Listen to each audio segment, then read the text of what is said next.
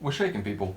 Back with another reaction, back with some more Duran Duran, and we're back with some more 80s Duran Duran, and we're back with some more vinyl Duran Duran. So this, I was going through my 80s vinyl, seeing if I had any more Duran Duran. I don't have any more of the albums, but I do have a single here. This is a single from 1983. It's called Union of the Snake. There's actually the full version, and then there's the, whatchamacallit, the single version.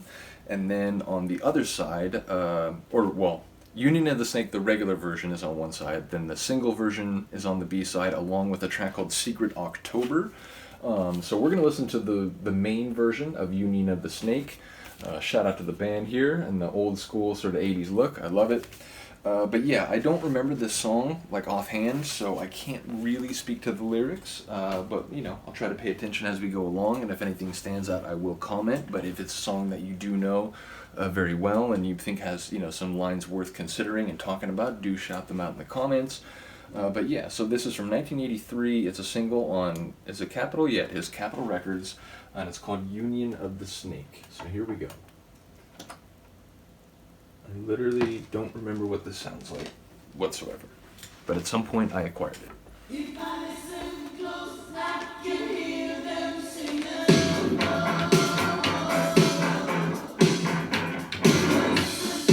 Definitely got that early 80s feel, the percussion.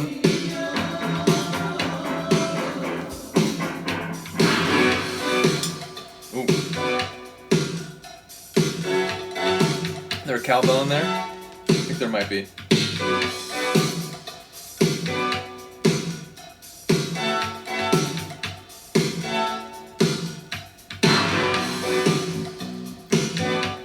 Bass line creeping in. Boom, boom, boom. Boom, boom, boom.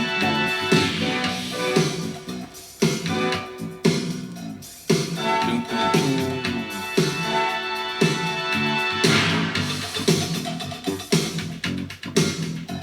Clattery percussion, including that cowbell or similar type of bell instrument.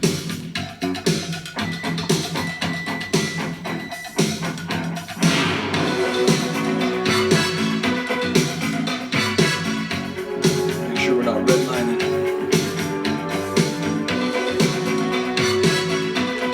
Feels like a very dance floor oriented tune.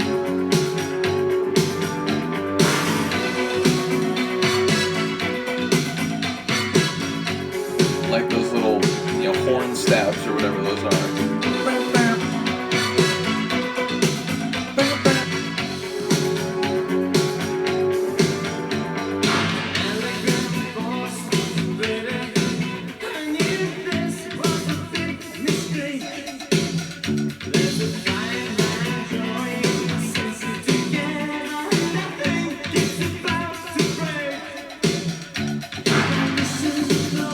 Fine drawing? What is it? A fine something that's about to break?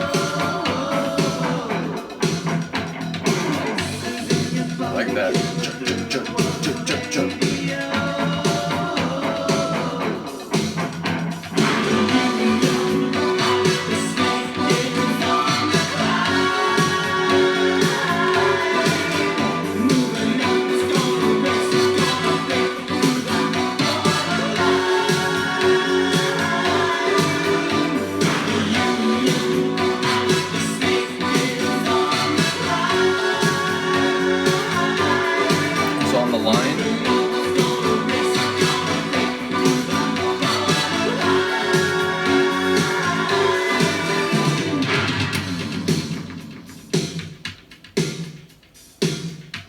Into a verse or a chorus again.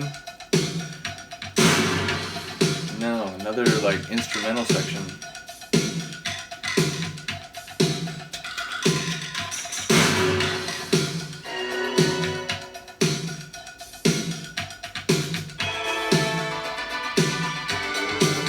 Wicked.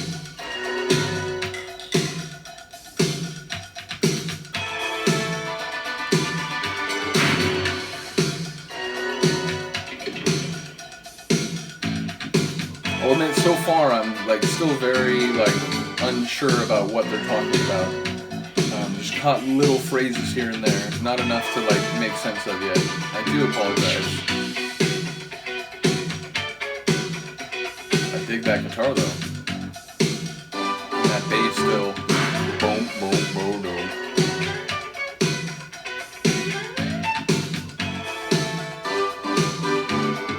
I like the guitar, the bass, and the keys all kind of playing with each other here.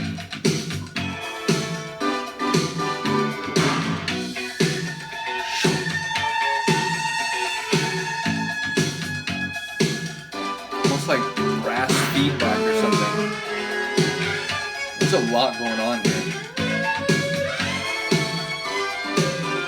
So maybe this is like, the other version is given a parenthetical name, the single version, but I'm guessing that's probably the radio version, where this is, even though it's just listed as Union of the Snake, it's probably more of like an extended mix, yeah? The sax, come on.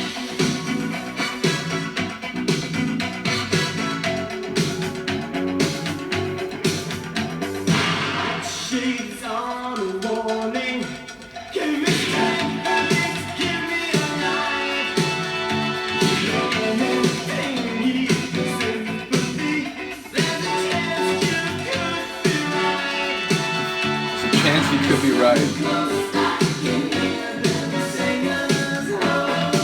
Is that doubt or acknowledgement?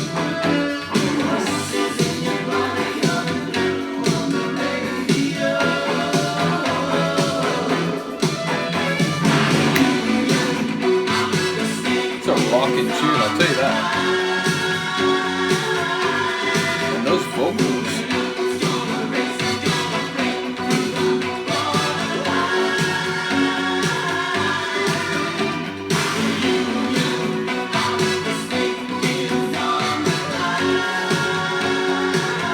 Simon Le Bon is the primary songwriter, right? Like, so I assume this is written by him, but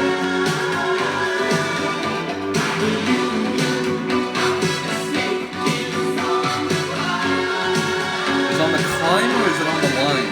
Those have notably different meanings.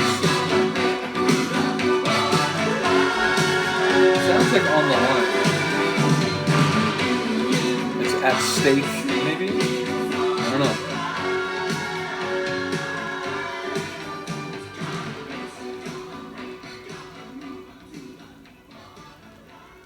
I do enjoy it very much, even if, again, the lyrics, at least currently, are opaque. Perhaps after a couple more listens, the opacity will diminish a bit, and I'll have a better idea of what he's talking about, at least metaphorically. But like I said, sometimes these things are interesting in that, I don't think I've talked about it in any of my videos in a while, but there's older videos, especially like some of the punk rock reactions I've done, where I've talked about like lyrical meaning is a dialogue between artist and listener, whereas the artist may have very specific inspirations or incidents that led to the writing of a particular song. Ultimately, other people have their own subjective brains, and they will interpret the meanings through the prism of their own experiences and understandings. And even if they understand on some level that the song was written by a person about an experience that they were not privy to and maybe don't understand in any way, shape, or form, they will still inevitably hear lines that have relevance or significance to things that they've gone through in their own life. So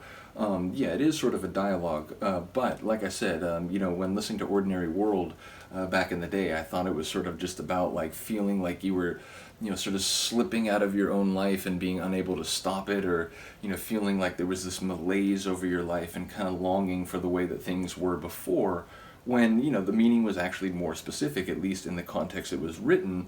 It was about them losing sort of international stardom and having to kind of get used to a more ordinary life and just trying to persevere with that. But again, that doesn't invalidate the thoughts and the sort of understandings that I had when I was younger and a teenager when I was hearing that song. It just means that like that was a place that my brain went to with the lyrics, even if it didn't in any way invalidate the actual sort of inspiration for the song. So again, I think it's sort of a dialogue, but at the same time, I would be curious to know if anyone has more detailed information about the sort of inspiration for Le Bon writing this particular song. Nevertheless, let me know what you think. I did enjoy the sonics a great deal, even if I wasn't quite sure what was being talked about. It was a very rockin' tune, and it sort of combined sort of like heavy percussion and sort of, rattly percussion with the keyboards and with horns and with guitar work, so it was a very full sonic palette. Nevertheless, let me know what you think. I appreciate those listening and watching. Have a good day, have a good night, and I will see you next time. Peace.